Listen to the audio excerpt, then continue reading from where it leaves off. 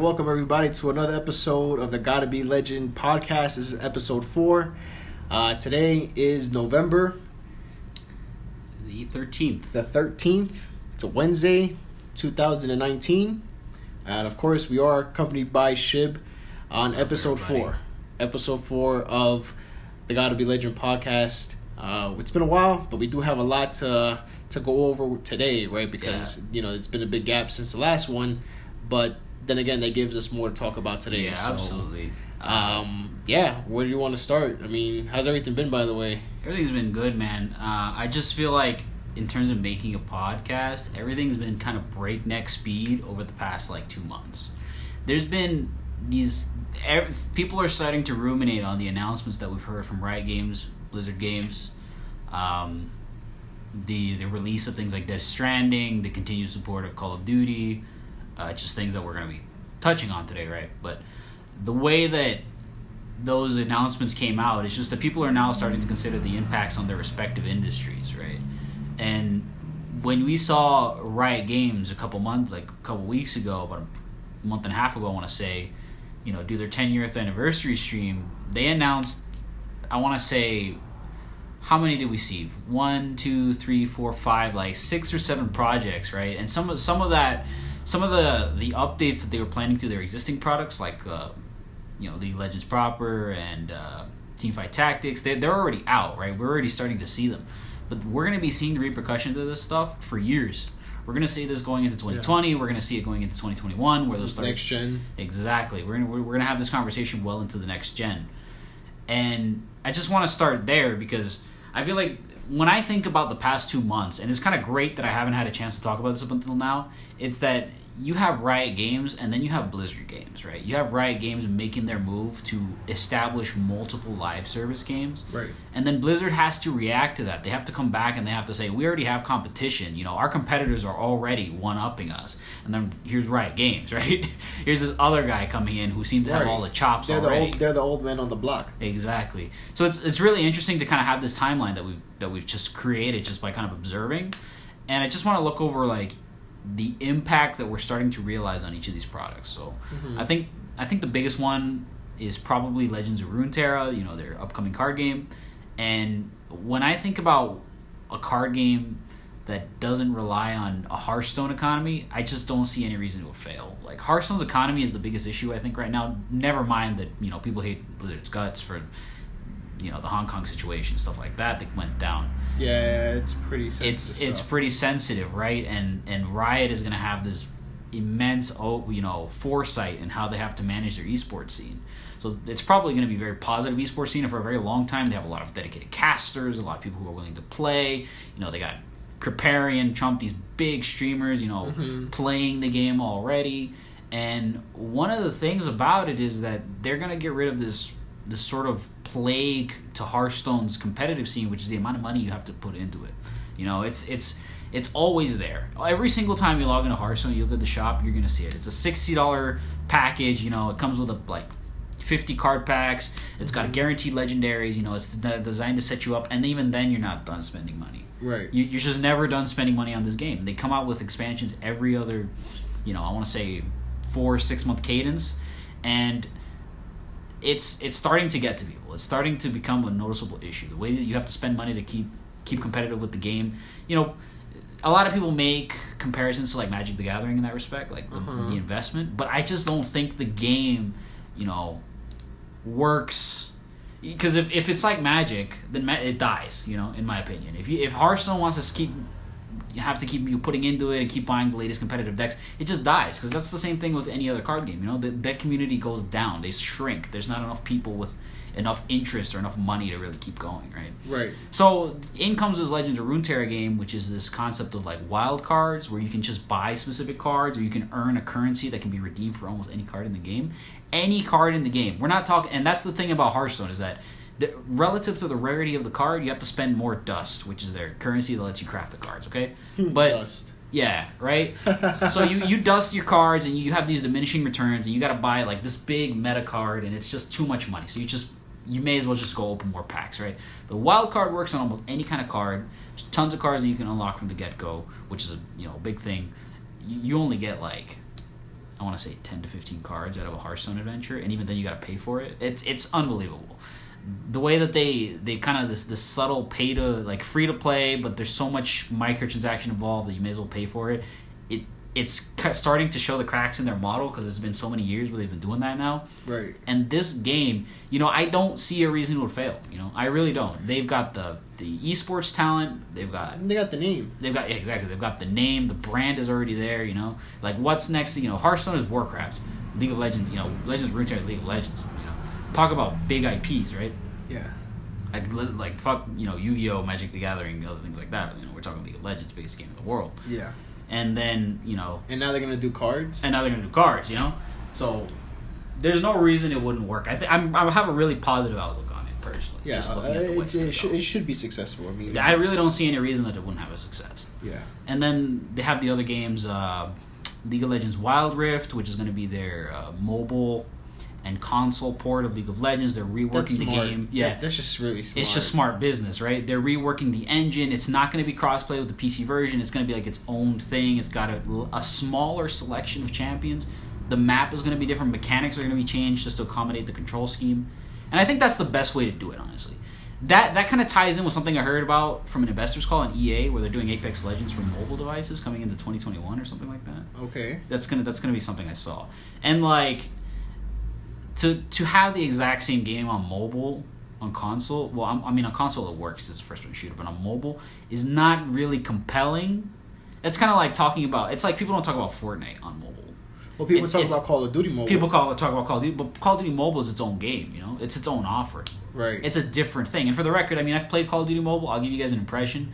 It's very cool.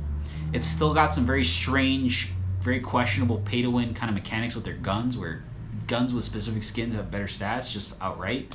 It's very strange. I kind of wish they wouldn't do that. I think that they obviously had a conscious decision to do something like that.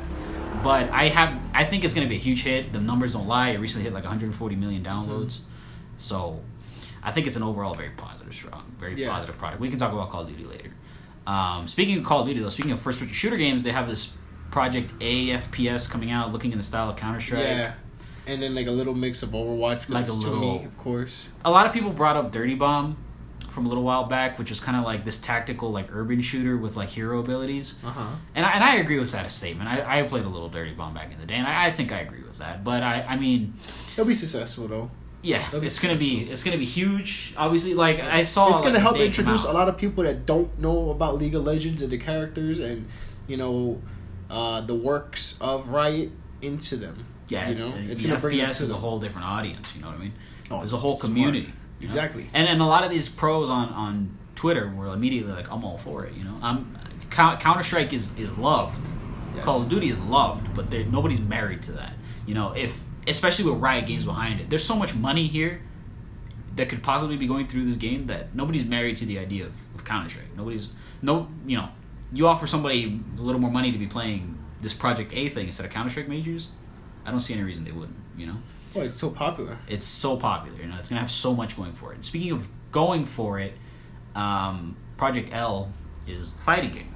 And just they're going to tackle anything that has to do with, competitive gaming. They're tackling everything, right? They're this operation. They're going to come up with games. soccer soon. Yeah, they're kind of like a sports sim type thing. That'd be fun. League of Legends, like Mario Soccer. Like Mario Strikers. Yo, Striker. Fund it. Riot Games, please, if you're listening. Mario Strikers. I'll play that. Yeah, but watch. Yeah, they should. I'm all for it, like a Rocket League type thing. It's gonna happen. That'd be wild. You know what? That's an interesting prediction. But the fighting game, this is interesting to think about, because very recently Gutex made a video about this, kind of giving his opinion on it. And when you look at it, one of the things is that their community for this game already exists.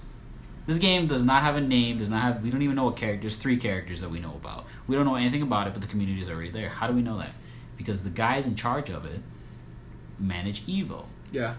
They can take this thing to EVO. They can take this thing to the biggest open tournament in the world.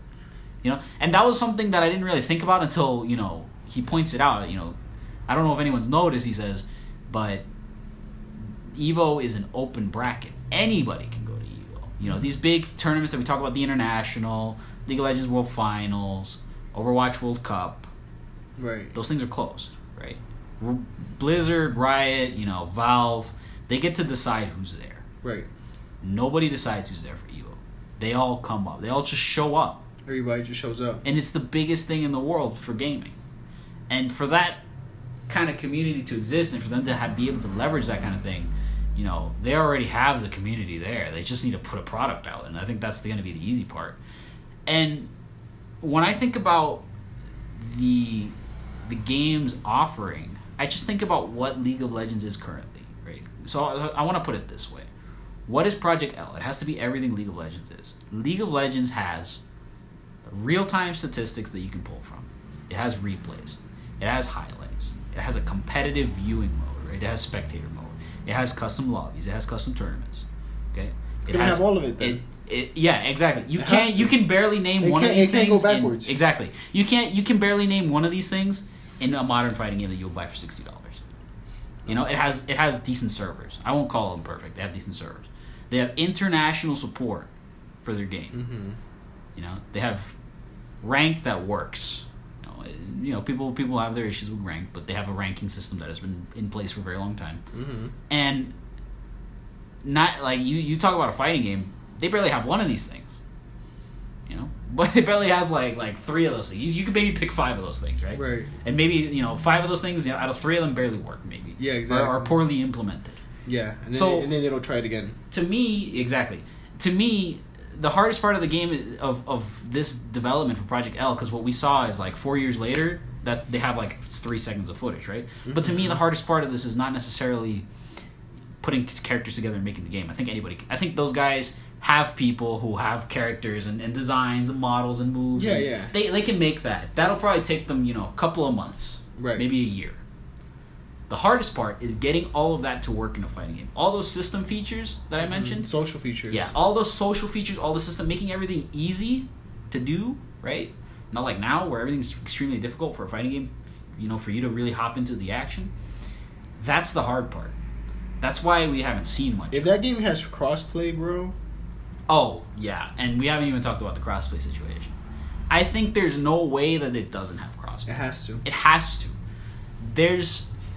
I don't think the argument exists as much for fighting game over keyboard, controller, same thing with the Project stick. A game. Yeah, right. It has to. It has to. It has to be next gen. Yeah, like a next gen crossplay title. It really should. Yeah. I think all of these games should launch with crossplay. I think Legends of Runeterra is going to have mobile PC crossplay. That's a given. We know that because it's going to be on both of those platforms. And then Project A, I would love to see it because I think Overwatch's biggest kind of like missed announcement is that there's no crossplay. I find it very strange that they didn't announce crossplay for Overwatch at any point. It's on Nintendo Switch. They're going to come out with a second one, and there's no crossplay, really? Well, I mean, they're already doing it with Call of Duty. Exactly, right? So they need to move in that direction, I think. And these guys are probably going to be crossplay from the start because there's no discussion about inputs. People can use whatever they want in a fighting game, right? And in this context, the system that they're building is going to be unlike anything. It's going to have the best training mode in fighting games. It's going to have the best online in fighting games. It's going to have the best lobbies, the best tournaments, the best spectator mode, right? Mm-hmm. Like, everything's going to be there. And if I were... And the overall kind of writing on the wall for people who have been in fighting games for a long time is that every other developer is not even close to ready for this. Only Capcom can get even close to this. Only Capcom kind of has this down. Mm-hmm. Right? Because they have a decent system, but they have a very shaky netcode. Yeah. On top of, they have lobbies, they have their statistics, they have their replay Capcom Fighting Network and shit. Yeah, like CFN, they have that. But it's kind of held together by like tape, you know what I mean? And this thing's going to be this rock solid game to where when they have the system down, give them 6 to 8 months, they're going to make a game, it's going to come out. It's going to have maybe 6 to 8 characters, it might even have 10. And they're just going to keep adding characters. They're going to do it the way League of Legends does. There's going to be a trailer, character comes out, you can buy them the day it comes out. It's going to be a free game. It comes with a skin. Like, that would be huge for them. That would be huge. That would be that thing could go on for as long as League of Legends has up until now, 10 years, Yeah. So that project's, I don't think any other developer is really ready for it. And if they are, they probably had to throw a lot of things out of the window. And they've had to really reconsider their design choices up until now. They're not as advanced as these guys are. Not even games that are coming out are ready for this. Not even like the new Guilty Gear, not even like whatever the next Tekken looks like, whatever the next Street Fighter looks like, they might not be ready for this. The repercussions of these projects are probably not going to come out until not even the game coming after, but the one after that. Right. And that's going to be a big issue for a lot of these guys. Are going to lose a lot of money to this game. This free game is going to lose them a lot of money. Mortal Kombat's going to be affected. Mortal Kombat, I think, has a system. Yeah, Mortal Kombat's going to need to really shake up their system, That's but they have. Why they might reboot it. That's why they may reboot it again. They have kind of this. They have the strong netcode. They have lobbies. Their online kind of works. They got Hollywood. Yeah, they got Hollywood. Warner Bros. License, stuff like that. That's great. I think that they could really weather the storm here. But a lot of these guys, I want to say Bandai Namco, I want to say Soul Calibur, Tekken, everything Arc System Works makes, Street Fighter to some degree. Oh, yeah. They have a lot of issues that they need to quickly work on because when this thing comes out, it's going to be hard to justify a $60 game. Yeah. Especially when this thing's going to be free. There's no question. And it doesn't cater to like a Western audience or an Eastern audience. It's an international audience. It caters to everybody, and that is the big difference. It's an international audience because you could tell in the art design of the the Western games and fighting games as compared, of course, to the Eastern games, right? With the sprites and everything, right? So the art design is just so much different, and now you're gonna have tunes, practically, right? That you already know, that you're already familiar with, from a whole. You're gonna have all these characters, or from a whole other game, and now you're gonna have them in a fighting game with fighting game mechanics of some of your favorite games, probably like Dragon Ball, right? Yeah, I think that this game, honestly, like people make the conclusion that Rising Thunder, which was the studio's game before they got acquired by Riot, it has no reason not to be like that game. I honestly see no reason it can't be like a complicated like Street Fighter 4 type game. I think if people like it, people are gonna put their time into learning it. I don't really, people will play it. Yeah, sure. I like games that kind of simplify things. I like Power Rangers a lot for that reason because they don't really they cut a lot of the fat, a lot of the old school arcade fat. Mm-hmm. But if the game's loved by millions of people, if the game has good features, if the game has characters you like, right? It's like Street Fighter 4, right? And the mechanics. And the mechanics that are anybody can pick solid. up. Yeah, that anybody at any age because they just remember how to play those games. Yeah. Then I really don't care how complicated they make it. People are gonna learn. People are gonna learn if they like the game. I think that is kind of proven for a lot of the genre. Yeah, it's gonna be successful for sure. So that's kind of the one I have the most thought about. There's a couple other things. They have this action RPG that they kind of showed a little bit of. There's no details. We only know it's called Project F. There's going to be an esports manager going into League of Legends 2020. They're going to start with the China region, with the LPL. I'm actually kind of interested in that just because it really plays to my interest to watch the esports scene.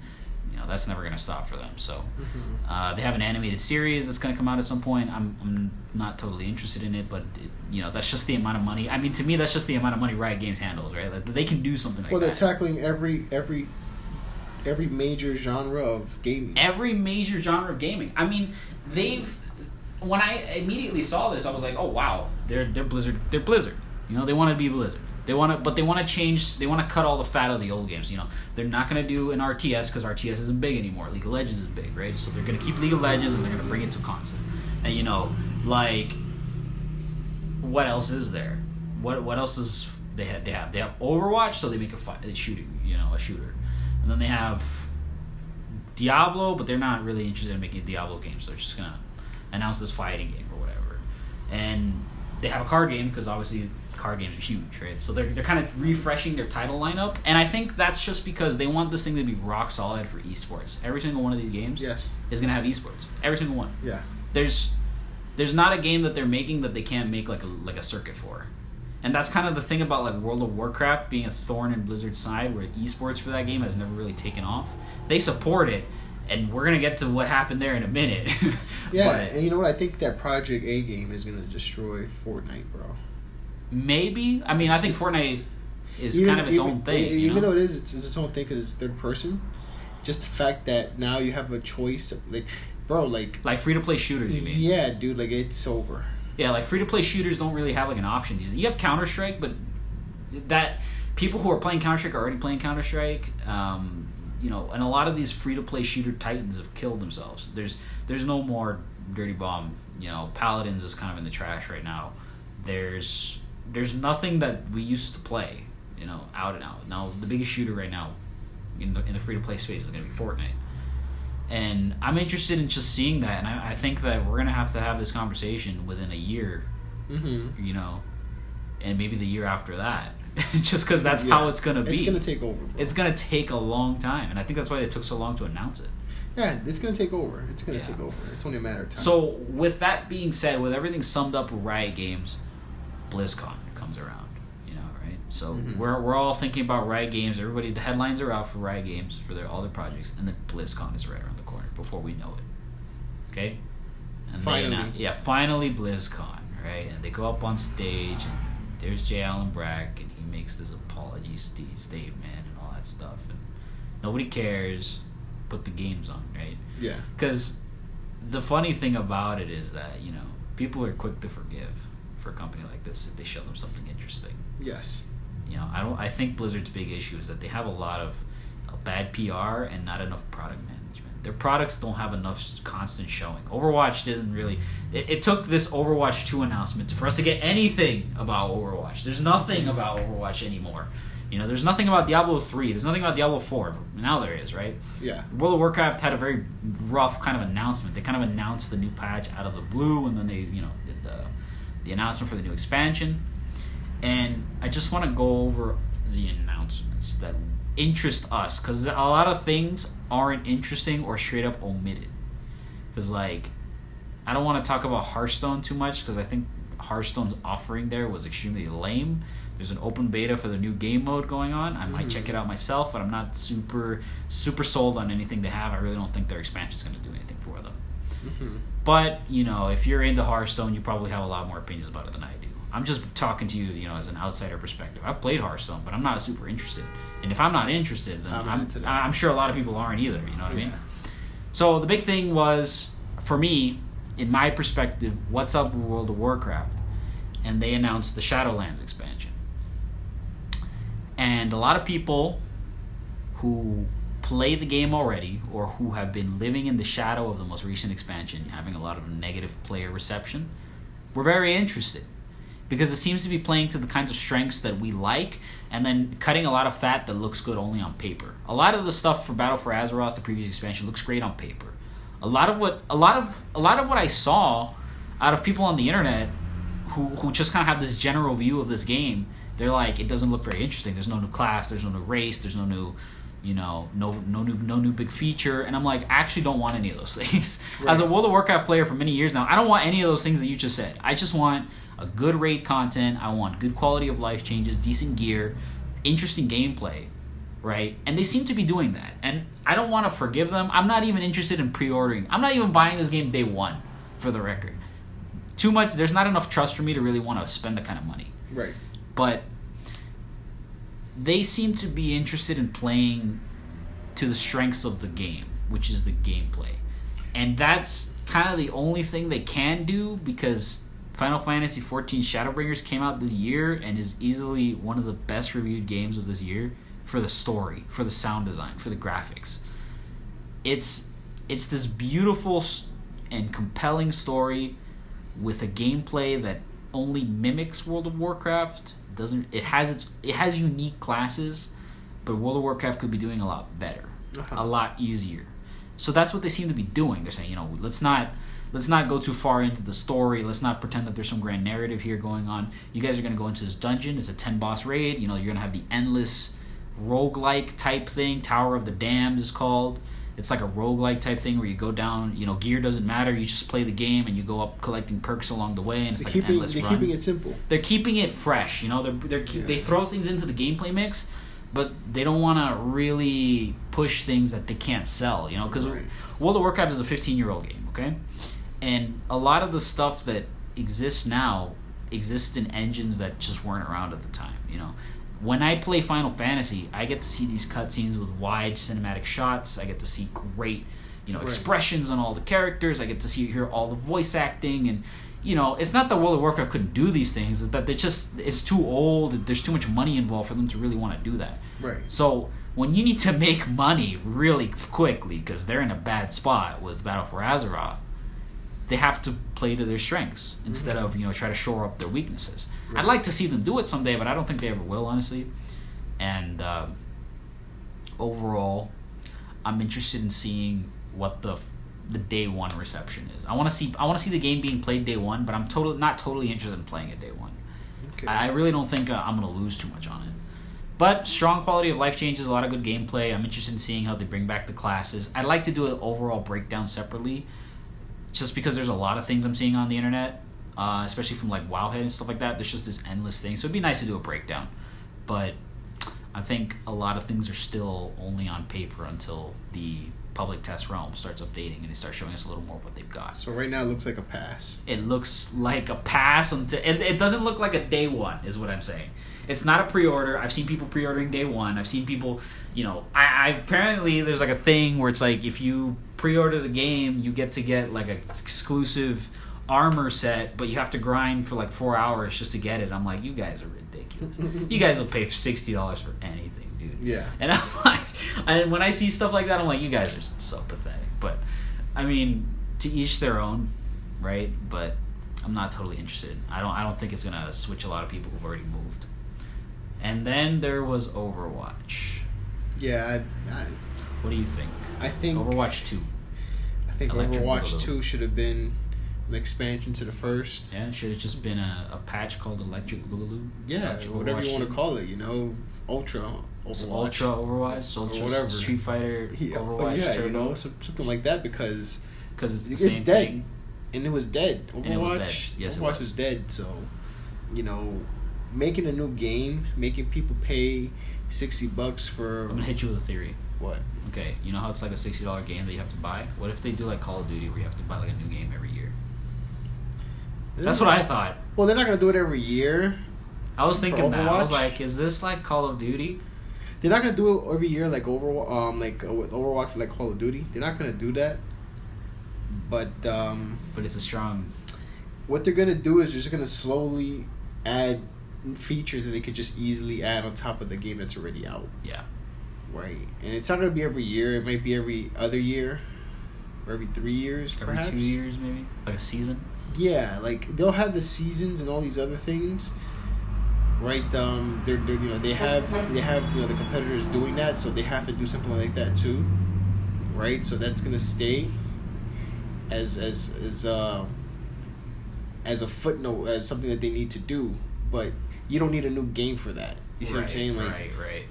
Like, there's no point. There's a big offering. There's obviously there's a new campaign and there's a new horde mode, and I mean I feel like those things they need to make money for doing those things, but at the same time, I don't know what the right way to do this is. They should have done a patch. They should have put out a new competitive game mode. They should have put out new characters. They should have done this stuff. I'm just not sure how you tack on. They should have made Overwatch free to play. Yeah, maybe, right? Maybe. Yeah, but free to play. They should have made it free to play, and then constantly update it. They can't even do one of those things. That's what I'm saying. The constant update. I don't know what it is about Overwatch. Maybe there's just like a really weird creative process behind it. I hope that I'm willing to forgive. I'm willing to forgive this. I'm willing to let it go, and just. Well, it was supposed to be Titan, wasn't it? Yeah, absolutely. But that's so far behind. But I'm willing to. So I think they didn't expect as much success, perhaps. Maybe. I just think the game had a lot of issues in development.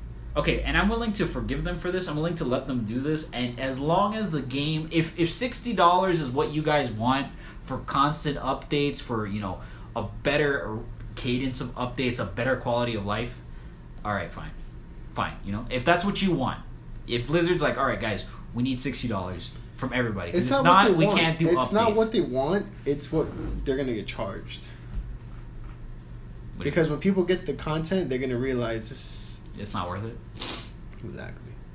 Okay, maybe, right? But I'm willing, if they can genuinely up their game. If this is Jeff Kaplan saying, all right, fine, you guys want updates? Here's our updates.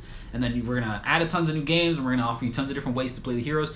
And if they do that consistently, because if we're back here and Overwatch 2 comes out, and we're back here sitting here saying that for 6 months there hasn't been a patch, then what the fuck did you charge me $60 for? You know what I'm saying? Like, I bought a $60 expansion to the game. Oh, yeah, that's what it was, and they sold it to you as. And then they don't give you anything else. But if they want to start, I'm just willing to see this as a commitment to them doing better updates. If they do that, great. If they don't do that, which is the most likely outcome, That's what's gonna happen, bro. It's gaming. It happens all the time in gaming. Yeah, weird fuck. That they release a sequel to a game and it's just really like an updated version of the original because it's more of the same, just a little bit extra, just so you can feel good about yourself. So you can feel good about that. Yeah, so you don't have buyer's remorse. I guess so. Yeah, man, come on, bro. But let's talk about a game that isn't buyer's remorse. Diablo 4. Diablo 4 might be a buyer's remorse. It might be buyer's remorse. You know what? I saw a lot of that. It looks cool because it doesn't look all glittery like Diablo 3. Yeah, right. Right. Like so, Rainbow game. Right. Diablo 3. So that's exactly so that's a good thing about it, right? But in terms of how the game looks, like it still looks cartoony, if you really look at it. It does. It's not that dark, gritty, art design from the first two. And you can't blame it because it's also it's a 3D game. Exactly, it's the graphics that have been changed. You see what I'm saying? Like everything is more modern, so it's gonna have to look that way, sort of. Yeah. I think that you can't escape it. You can't escape it. I think they're doing a good job with kind of like preserving the feel better than Diablo 3. Diablo 3 kind of takes this. Yeah, I think it is. I think what they need to do is make the game a little slower. Yeah, because it does look like a very fast-paced game. Yeah, make the game a little slower, right? So it feels more challenging. So you're not gonna be so quick to run into a mob and try to run away. Like you're gonna feel like, can I make it away? Yeah.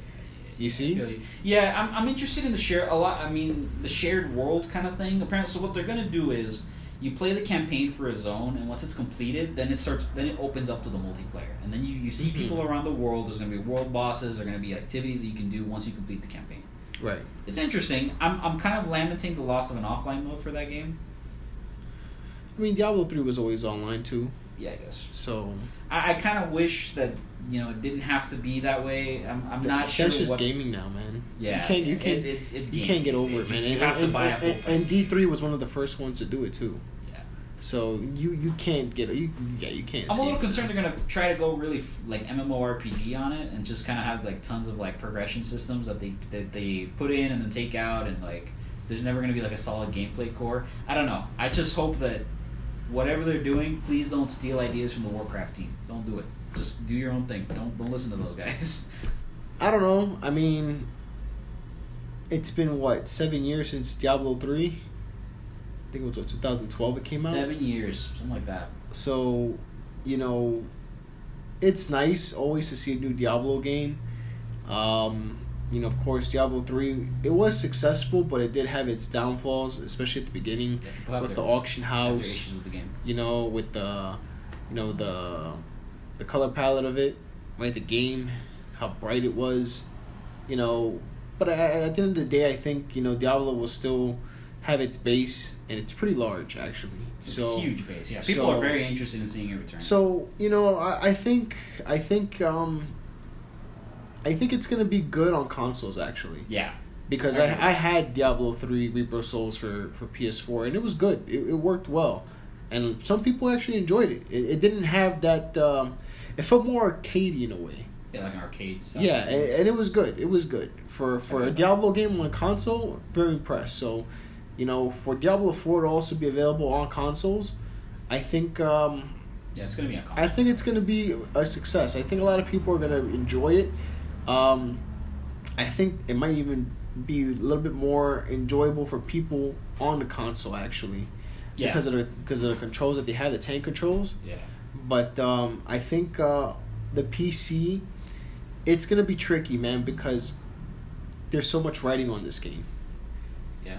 Yeah, like for example, like for people playing it on consoles, all they can really base it on is the last game on consoles. But this is gonna be a much larger audience of people who've been playing for a long time. Right, but the gameplay mechanics here are going to be so much different on PC than it is on console, right? Because console's going to be based on the previous Diablo 3 one, right? So, so it's going to be an upgrade. So yeah, it'll probably be. So it'll be a good upgrade to it. So people that really enjoyed it might feel even better now. Oh yeah. But for the people on PC that are playing with mouse and keyboard, the gameplay is just going to be so much different in a way. It's I can get that. And I think there's a lot writing on this game. So I'm not the leaks for this game. The leaks? Did you see the leaks that before BlizzCon there was leaks where this game was supposed to be like a first person shooter type thing. Get out of here, really? Yeah, that was the leak. Oh wow. That was the leak. That was like a first person fantasy shooter. No way. Yeah, I thought it was gonna be real too. I saw the top-down thing. I was like, oh man. But that's the thing. That's what I think. I think the console is gonna be a little bit different, of course, because of the controls. It's gonna be very well received, I think, also, but the way the game is gonna be on PC and the whole atmosphere that it brings, because on the console it's different. It doesn't feel the same. It's not the same Diablo game. Oh yeah, it's not. So I'm more concerned of how they're gonna present that game to the PC base, and I hope it's successful. But it's gonna be tricky because there's a lot riding on this game, and I think there's a lot of room, not for error, but I think there's a lot of room for letdown. Yeah. So that's my concern. But I get that. We'll see. I mean, the game probably won't come out till 2021 anyway, right? No, so, you know what? I don't think so. I'm hoping it comes out next year. I'm gonna tell you why, because we haven't discussed this. Here's the thing. What? At BlizzCon, they said 3 classes. They said they announced 3 classes with 5 coming at launch. Yeah, the Druid, the Sorceress, and the Barbarian. Right? And there's 2 other classes that we don't know. We have footage on our site, by the way, if you want to check it out. Absolutely. And one of my things about it, I was like, they got to put this thing out the door at some point.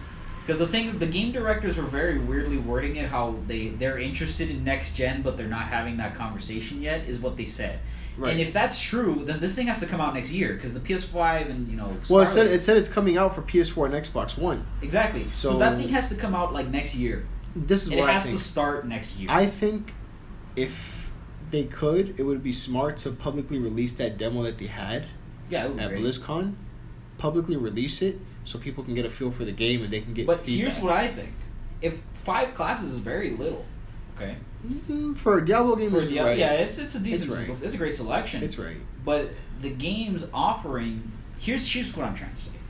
It's minuscule. It's very minuscule. Yeah, here's what I'm saying. I see no reason that they can't drop this thing around April next year, and maybe May, because the last one came out. Exactly, they could just drop this thing towards the beginning of the year, and just be like, all right, here's the game, here's the roadmap, patches are on the way. Enjoy the game. They're gonna put this thing out. I'm telling you, they're going to dump this thing in the middle of the year, early year, and they're going to start updating it over time. This is what I think is going to happen. I think they're going to release the game early, maybe like you said, around April, May. Yeah, early is really and it's going to be the standard edition, right? Exactly. Check this out. So then when the PS5 comes out and the next Xbox, that's when the premium edition comes out. It's called, something of Souls, right? And then Ultimate Diablo 4 or whatever. Or whatever, right? And then... And then when that comes out, new classes and new exactly, and on top of that, a major patch will be released to the PS4, Xbox One, PC versions, including all of the stuff that those systems can handle. So basically, the PC version is going to be the definitive one. Definitive version. Yeah. So Everything that's on PS5 and the next Xbox is also going to be on PC, PS4, and Xbox. Whatever it can take. If it can take all of that, it might be a more reduced version, but it'll be able to go ahead and get all those updates too. Yeah, maybe it might be free. It might be free. It might not. But it'll probably be $30. Yeah, extra. I feel you. So I just see no reason that they can't do an early access style thing and just constantly release patches and keep the game going and really Well, they'll have the seasons for sure. Yeah, absolutely. They'll have seasons no matter what, right? But I think they're gonna kind of go big on seasonal content. Seasonal patches, seasonal updates, because if they want to launch this thing next year, there's no way that they can give it a whole lot of polish. I think the launch of this game is going to look a little rough, but they're going to have to patch it over time. They're going to keep going. They're going to have this game running for 10 years just off of patches. And I don't think they're going to do Diablo 3 where they just dump it towards the end and there's only 1 expansion. I think this thing could have 3 or 4 expansions. Yeah, because it's going to transcend 2 generations. Yeah, exactly. So, they'll still support the PS4 because the PS4 will still be around for another 2 years. Yeah, absolutely. Right? And then after that, it'll die out, and then it's PS5 and the next Xbox, and then PC will always remain Definitive Edition. Yeah, so I'm interested in seeing the launch window and then seeing what's going to be in the launch patch. Because I really think that there's going to be kind of this iterative approach, this update over time type thing. I see that more than anything. Maybe. And I think that's just about it for BlizzCon. There's a lot of things. There was Hearthstone Battlegrounds. There was, Heroes of the Storm getting an update, a small update. I'm a little disappointed that they haven't updated Heroes of the Storm a little more. It's a great project. It's a great game.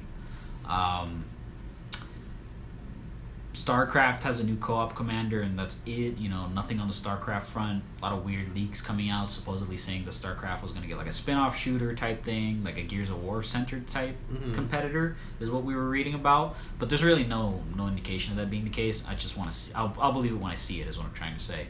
And I really don't think there's anything else going on for Blizzard, so it's kind of.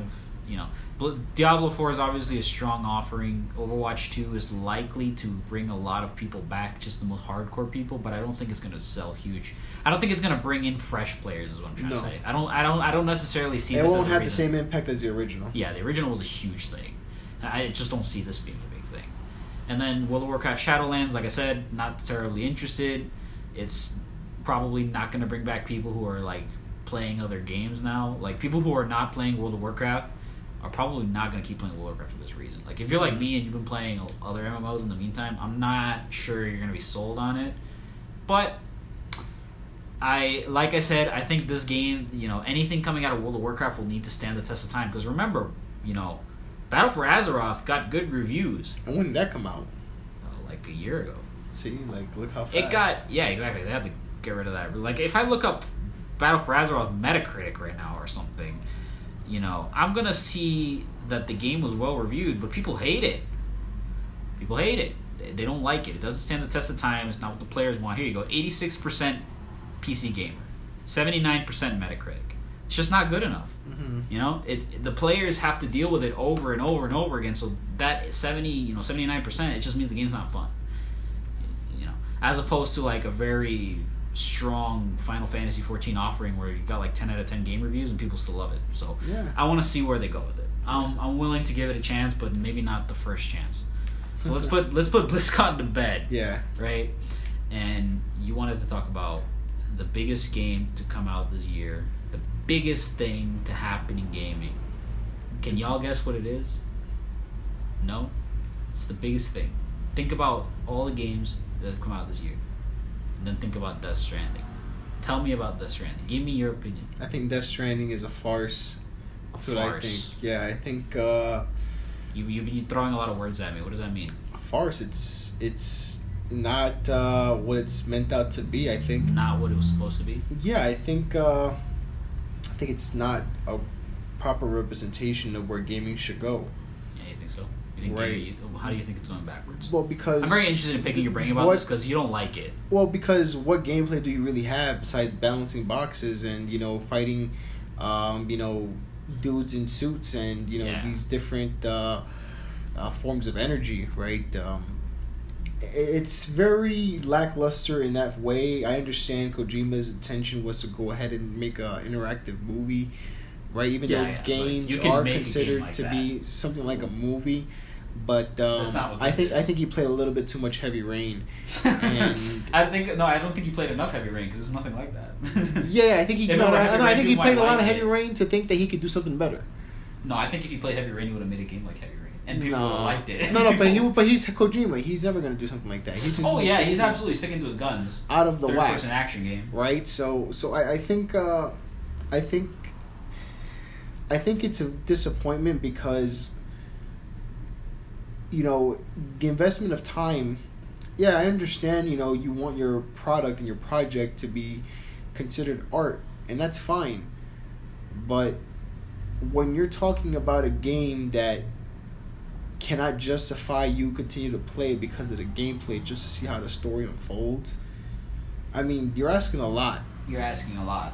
I agree. Because, people have things to do, Kojima. It's not just about... I think they should take the time out of their day to go ahead and, play this for 100 hours. It's got to be an interesting game first and a good story. Yeah, I feel like I got to wear North Face boots to go and play that game because it's all terrain, Yeah, right. Like, what's going on, man? What's going on with the game? Like, I mean, so here's the thing. I'm totally willing to accept that a game is not reviewed well and is a good game, okay? I'm willing because, that happens. And I'm not feeling all the occult meanings and undertones in the game. There's a lot of, if you don't know, those that know, and they'll be able to see it for themselves. I'll give you a little hint. The beach, right? And you know, when you're there and as a little boy, and then she comes up to you with a red dress. Pay attention, guys. What does that represent? Anybody that knows anything about these things knows that the girl with the red dress always represents Lilith, right? So dig deep and you'll see what I'm talking about. There's a lot of very occult undertones in that game, a lot of supernatural. Yes, people are more so focused on what he's saying. If you ever notice, Kojima really never talks about the game. He himself doesn't even understand the game he made. How can you buy something? I think he understands it. No, I don't think he understands the gameplay. He's full of shit. You know, come on, man. How are you gonna say that you can't understand the game you made? How do you expect me to buy something that you made and you don't even know what the hell is going on? Yeah. And then not just that you know, he talks about the game and he never really talks about, you know, what it's the about. Plot for the most part. He just talks about, oh, it's a game that is gonna connect people. But what are you trying to imply in your game with its story? Like, tell us more. You see, like, and I think the reason he does that is because there's a lot of undertones. You know, he wants people to play to figure it out. Yeah. You know, but there's a lot of occult undertones in that game. You know, to me, it's pretty obvious. You know, and they have the rainbow effect in there. There's a lot of stuff that goes on in that game that's pretty, you know, out there. And to me, I don't want to see that kind of stuff in a game. You know, especially in a game where you're trying to portray it as something prophetic or futuristic or whatever. You see what I'm saying? Like if it's like a game that you know is intended for just entertainment, something like Doom or whatever, or Diablo, it has those undertones, it's a little different. You see what I'm saying?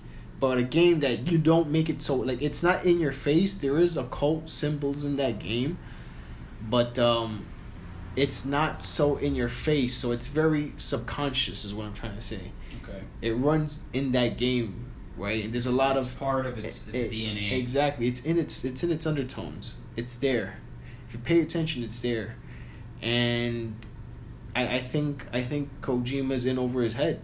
You know, and then he comes out talking about American gamers, saying that they may not understand the game. I'm like, dude, what are you talking about? You made your name off an American soldier. Yeah. Right. Are you serious right now? Yeah, I think that. Yeah, I think Death Stranding is a very strange. It's a very strange gameplay presentation backed by a story that we don't know a whole lot about, and we're supposed to play the game to feel the story. But I mean, I see gameplay of this game, and I'm not compelled. And maybe that's just me, but my preference in gaming is always going to be a gameplay that compels me to want to see the end of the story. I'm not big on these Telltale games. I'm not big on things like Heavy Rain. I mean, I like story in a video game, but I think the gameplay has to come first. And the thing about this game is that it's a very long-winded, kind of uninteresting thing that you have to go through just to get through all the cutscenes. Like, at that point, you're just going to watch a cut it's on YouTube, guys. It's like 8 hours long. You can just watch this thing over like 3 days and you're done. Like, yeah, and not spend $60 and not spend $180 $60 to understand the game. You know, it's not a good offering, I don't think. It's really, like, I'm sure people are going to buy it. I know people who are talking about buying it, and I'm like, do you really want to buy that? But you're not really going to finish it unless you have... You're not unless you have totally nothing else to interested. do. You don't have a family, maybe you don't have, a significant other that's going to really sit there and watch you waste your time. Waste your time playing the game. Because they're just going to keep It asking, doesn't what feel are you that doing? interesting. Or what are you doing now? Oh, I'm carrying these boxes. 5 hours later, they come back, hey, what are you doing now? Oh, I'm still carrying these boxes. Yeah, you're a porter, all right? Seriously. What do you want them to do? That's the point of the game. Seriously, the game man. is just carrying boxes. Nobody wants to play this. I'm sorry, Kojima. I think people... Those that do want to play this are people that either A, just have all that time in their hands or to do it, buy into his nonsense, right? Or just people that really aren't as into gaming, I would say. People that, how can you say? I don't think this game is made for the core. For core gaming. No, I don't. I think this I agree is... with that. You know what? This I like is that. more, I like that take. This is more for the casual gamer. Okay, I introduce them into gaming. I take that. I don't think this game is really for the core gamer. This is really for more the casuals, so they can try to see gaming in another light. right? Because they can never get into the core kind of game because maybe the mechanics might be a little too hard for them. I don't know who this game is aimed at either. But I don't think this game is for core gamers at all. I think this game is more so geared towards casuals. That's why they have Norman Reedus. He's a familiar face. Oh, that's why they have Norman Reedus in it? I mean... Well, he's a familiar face. How many casual gamers you think probably watch? Yeah, there's a lot of weird, like, cameos in it. You know, like Norman Reedus and Jeff Keighley's in it. You got fucking the guy from like Famitsu's in it or some shit. He's like a character. You got Monster Energy drinks. Yeah, you got Monster. You see what I'm saying? Like, look at the audience you're targeting. I think you're really trying to target TV, more of a casual audience. That's what I think. Yeah, it's like a Netflix show. Well, look at the gameplay. It's not really complicated, really. No, of course not. So then, why would a core gamer want to play that if they want to be challenged? How are they being challenged by playing this game? I don't think they're being challenged at all. That's why I don't think this game is really for core gamers. If you really think about it, it's very simplistic, and that's okay if you're casual. But simple games is what also helps. So what I understand from you is that you're not interested in seeing games. You're not interested in seeing any games that are inspired by Death Stranding. Not AAA with all this hype and development behind it. Okay, you don't want to see like the next big PlayStation exclusive be something like this, right? No, I don't think it's smart for them. I don't think so either. I'm not saying that they can't do it or shouldn't do it. I just don't think it's a good idea for them because now you're gonna alienate the other 104 million people that bought your system. Yeah, I feel that. Just to gain another 10. Okay, I think I agree with that. It's very weird. It's a very weird target audience. Yeah, that game isn't for core gamers. Let's talk about a game that is for core gamers. Call of Duty. Exactly. Let's go there. That is a core gamer because it's a Twitch shooter. So what's up? So not everybody's going to be You've been playing a lot of Call of Duty. I have been playing a lot of Call of Duty. I've been playing it on PC with crossplay, of course, and yeah, it's been great, actually. And what would you say you've been playing? So let me ask you something. Everybody you've been playing with, they're not on PC, right? No. They're on Xbox. I'm playing online with some guys that are on Xbox and some guys that are on PS4. Isn't it nice? It's exactly. You see what I'm saying? Like it. Number one, they've always been able to do this. Exactly. It's just of course, the companies being greedy and not letting us, right? But it's about time that a mainstream game, even though you can hate Call of Duty and everything, it's just good for gaming that a game on this scale is doing it. Because it kind of forces everybody else on the similar scale to do the same. Yeah. So I think it's great. It works. I don't really have many issues at all. The game it's fun. I like it. I'm not much of a dude bro when it comes to Call of Duty. I do enjoy it. I've been playing since the 360 days. Right. I didn't play too much of it on the PS2, but when the 360, right, of course, with the original Modern Warfare, that's when it really became what it was and what it is. Came into its legacy. And it was a great game, man. I've been playing, some of them since. I haven't really played one that much since the remastered, right? I did have Advanced Warfare and Infinite Warfare, but I didn't really play them as much. Didn't play World War II.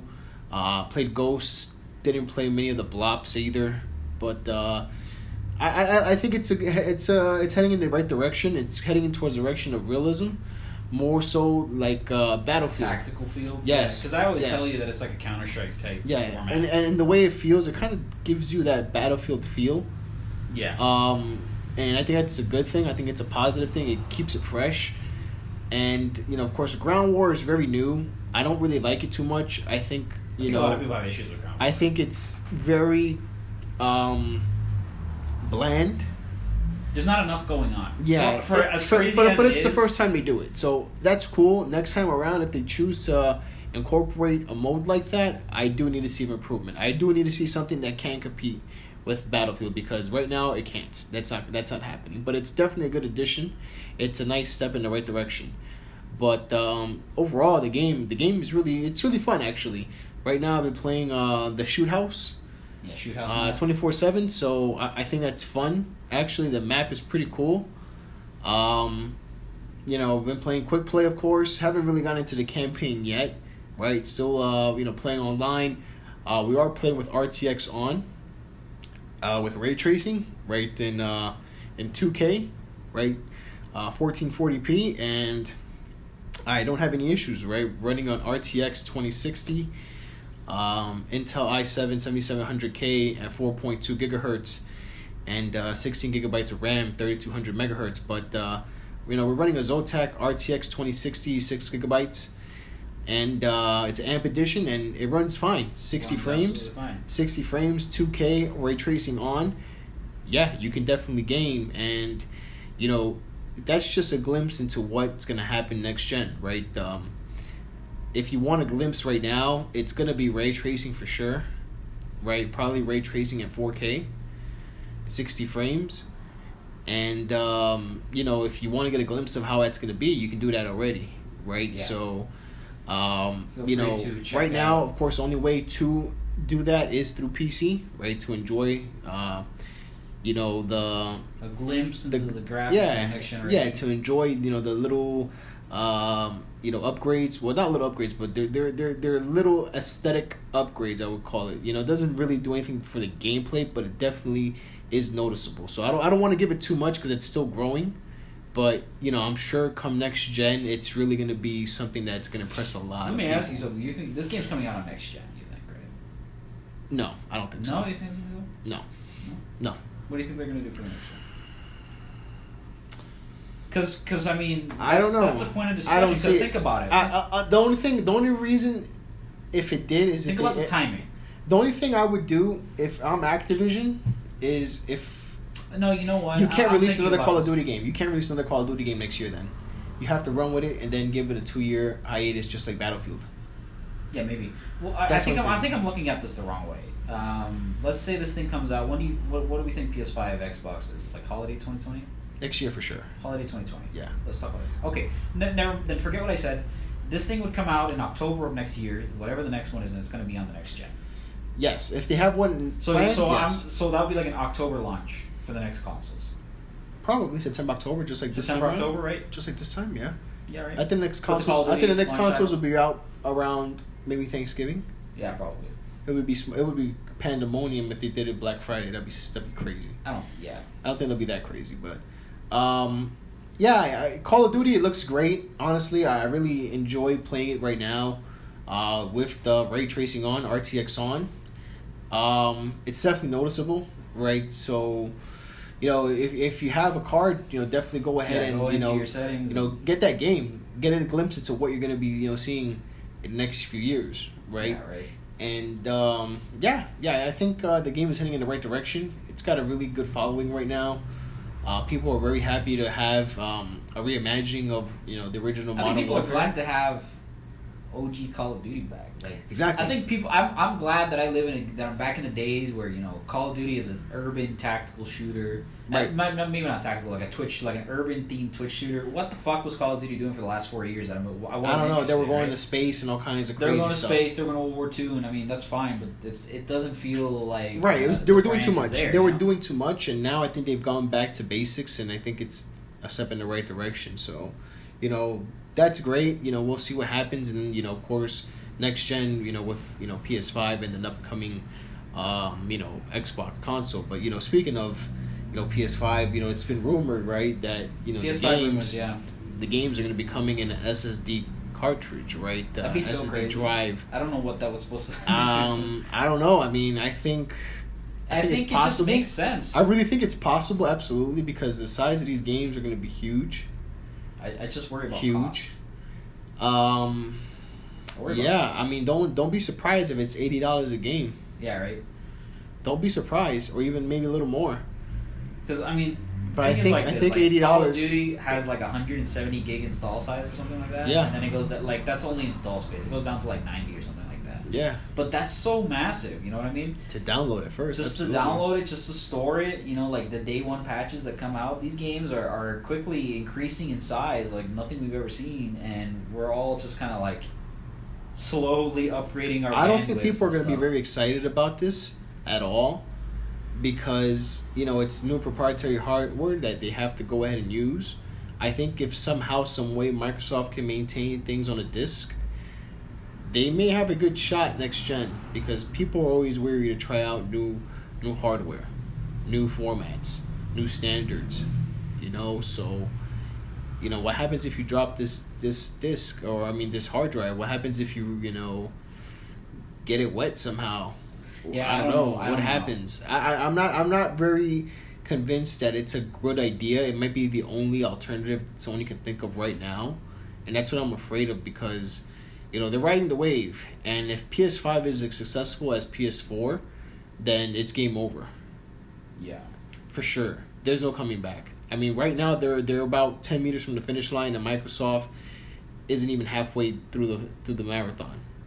Yeah, I think that the Xbox, the next Xbox, needs to offer a stronger roster of games.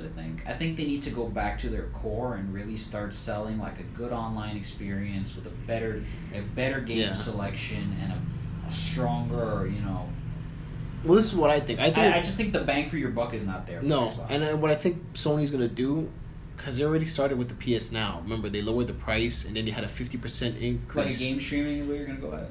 50% increase, bro, just by dropping the price to $60 a year. So I think they might go the way of a Game Pass. They already said that they won't do day and date, but I think eventually it will happen. Especially, if people are going to be upset about having to keep buying more and more drives. Right? I feel that, like a cartridge system. I just don't know what... I think that the PS5 has a lot of crazy rumors about it, but I wouldn't be surprised if none of it's true, honestly. Honestly, I hope the drive thing isn't true. I would just rather see multiple discs, honestly. Yeah, maybe, right. I'd rather see a disc for multiplayer and see a disc for single player and because I think they were talking about that a little while back when we started seeing like the Spider-Man demo that came out for the PS5 showing like the loading times is that they wanted to grab the game and put it into different modules so that you can pick the part of the game that you're playing. Yes, I think that was something that I heard about. Yeah, certainly said that. Yeah. So I definitely want to see that. I don't want to see solid state drives on. No. Nobody wants to see that. I think that's a bad idea. But Sony might feel that's the only format they can, proceed with the size of these games, and if that's what they need to do, then, I think they also need to, strengthen their digital game in that case too. They need to really, if they're gonna do that, they need to make it worth your while. So that means PlayStation Plus needs to be better. The PlayStation Network needs to be better. Yeah, PSN. PS Now needs to be a lot better. It needs to be Stadia ready. You mean I'm not that interested. You know what? Okay, it needs to be able to do that. Never mind. It needs to be able to do that. Stadia is supposed to come out this... Okay. Stadia is supposed to be out formally, within the next month or so. We're talking about this year. This month, I think. Yeah, this month. You know what was really funny is because how I was reminded about that? Samurai Showdown doesn't have a PC release, okay? Mm-hmm. It's coming out on Stadia, in 2 days. What? Why isn't it on PC? Mm-hmm. I don't understand. But, I don't know.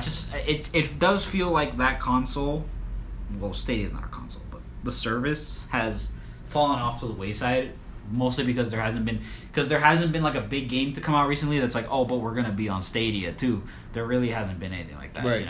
No. So I guess we're just going to have to wait for... I just feel like I'm going to read a lot of positive reviews about Stadia and xCloud. But it's meant to compete with next gen, not this one. Yeah. I feel like by the time next gen comes around, people have already bought their Xbox and their PS5. And, I don't know. I don't know what the Stadia market is. We'll have to see. I don't know. I feel like the big press event was kind of a big press event, and I'm really not sure we're going to have that conversation a whole lot in the next few months, but I could be wrong. Speaking of the next few months, I just want to bring it all around to this. Holiday 2019. What is there? Nothing. Exactly. There's Death Stranding. Yeah, and Call of Duty. And Mortal Kombat Combat Pack. And Sindel coming out. Yeah, she's coming out the 26th early access. A week later for... It's 2 weeks from now. Yeah, for Combat Pack early access. We'll have footage. Comes out a week later for everybody else. There's nothing really. There's nothing. But really. There's going to be so much next year. Yeah. There's going to be That's Doom. the reason why it's pretty quiet right now. That's the reason why it's quiet. Because there's going to be Doom. There's going to be... Last of Us 2. There's going to be, Final Fantasy VII Remake. There's Cyberpunk. Everything. Yeah. It's coming out March, April-ish. Yeah. Right? I think we're going to get a GTA announcement next year. Oh, man. Remember I told you, bro. You did. I told you GTA 6. I remember I told you Street Fighter. Street Fighter. You told me. Yeah, you were on Twitter saying Street Fighter. Street Fighter 6 is gonna be a PS5 title. exclusive launch title. It better not be. If it's exclusive, I'm not buying it. No, I think it's genius. No, it's not. Sure, it is for Sony. Because it's just for Sony, but not for everybody else. Well, no, what difference does it make? I mean, they already use PlayStations at tournaments anyway. Not because they have a choice. But bro, I mean, like, everything is gearing towards esports, right? So then now, if they want to go ahead and play Street Fighter at the tournament, all these other games are on PlayStation anyway. Yeah, absolutely. So I just really want to see the crossplay effort. I want to see a game come out that you can play with everybody. It'll be on PC. It'll be on PC. But that's not the same thing. It'll be the same. It won't even matter anymore. I'm telling you, man. It's gonna be the same. I just want to see. It'll be maybe better. That's nailing the coffin for Microsoft. I just really don't want Sony to have this like thing in their head where it's like, oh, nobody can crossplay with us because we have all the games and you guys don't have to buy all the other consoles. They already did it with 5. I just think it's gonna be a lot better this time around. Hopefully.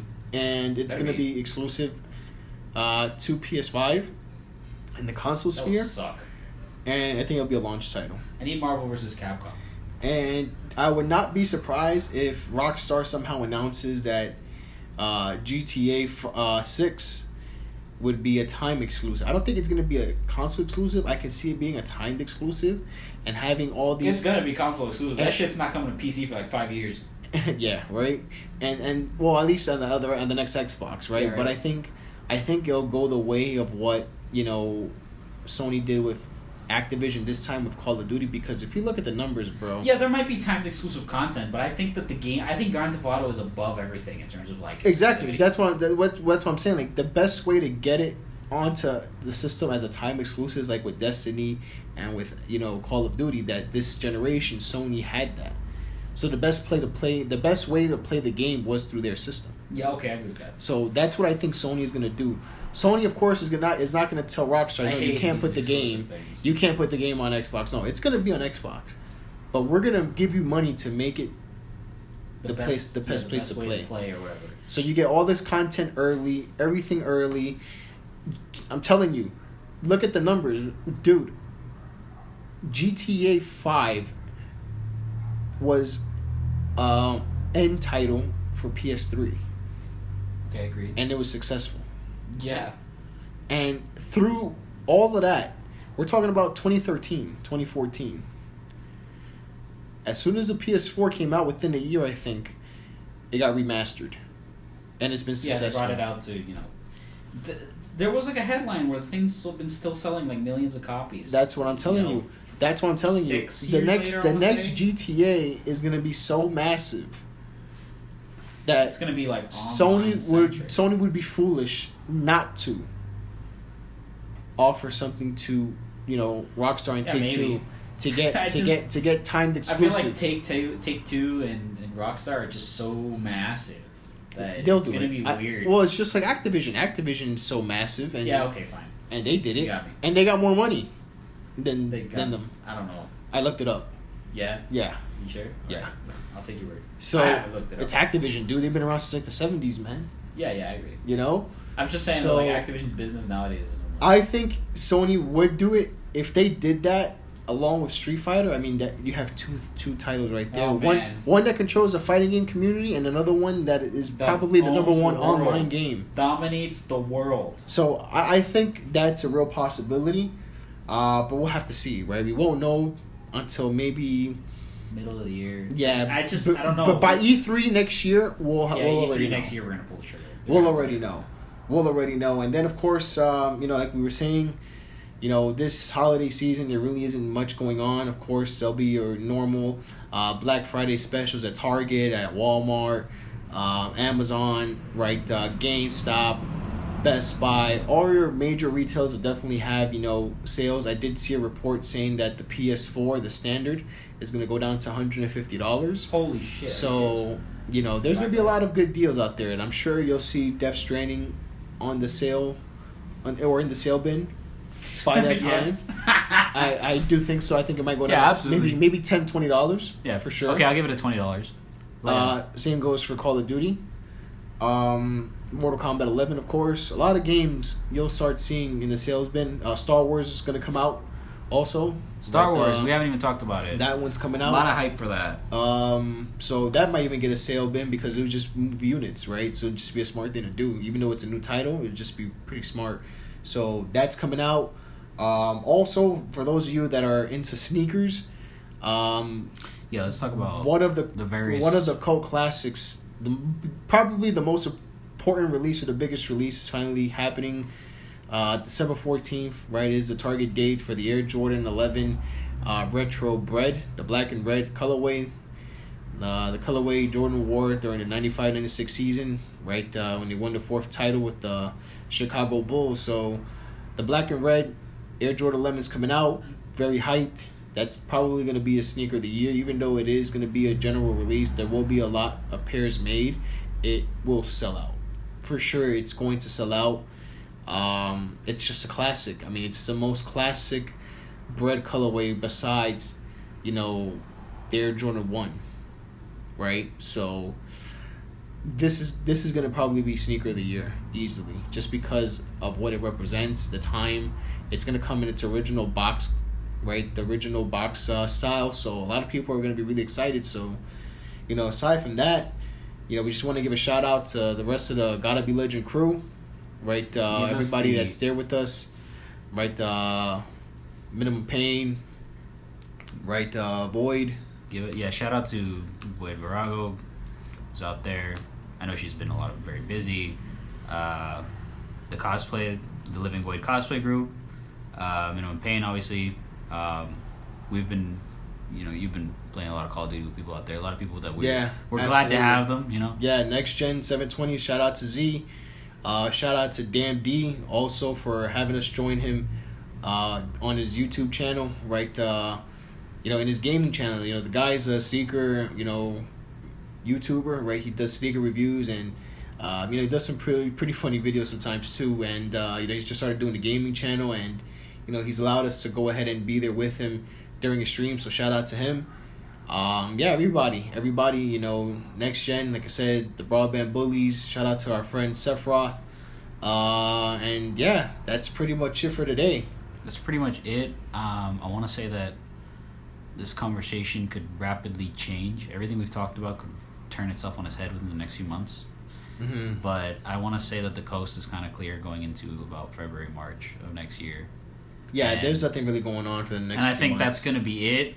I look forward to seeing how the games that we're currently playing evolve. I want to say how they keep going. Keep moving. Especially Red Dead now that's on PC with the mods. That's going to be interesting to see what they do there. And Call of Duty, right? Destiny's still around. People still play that, but it'll be interesting to see if we can kind of do like situation reports of a single title or a single situation, a single game, Yeah. Just because there's a lot that comes out these days in these press releases. Yes. Like we've only touched the surface on what's going to go on, right? Yeah. But I think we can cover that at a different time, and I think that's about all we have to say. Yeah. So we've caught up a massive amount of information in just about the most condensed way possible. Yeah. Just a quick recap for everyone tuning in, and we thank you. We thank you, of course, for tuning in and. For checking us out. Of course, if you want to check us out on Instagram, it's Gotta Be Legend XCOM.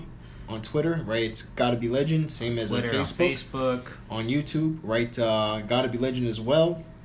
Our website, we update it with articles. We do highlights. We do all kinds of different stuff on our website. The podcast will also be there too. Keep an eye on our YouTube. Yeah. So.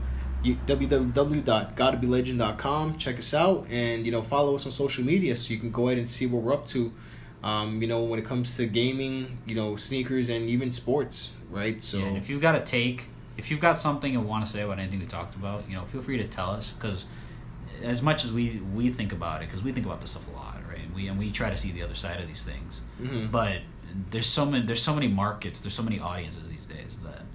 You can have a voice that maybe nobody else has, or you can have this way of looking at it that is perfectly valid and really important to think about. Yeah, a perspective that we haven't thought of, or a perspective that's out there that maybe needs some attention. What I'm saying is that you should hit us up, and we will definitely consider be here next time, right? Yeah.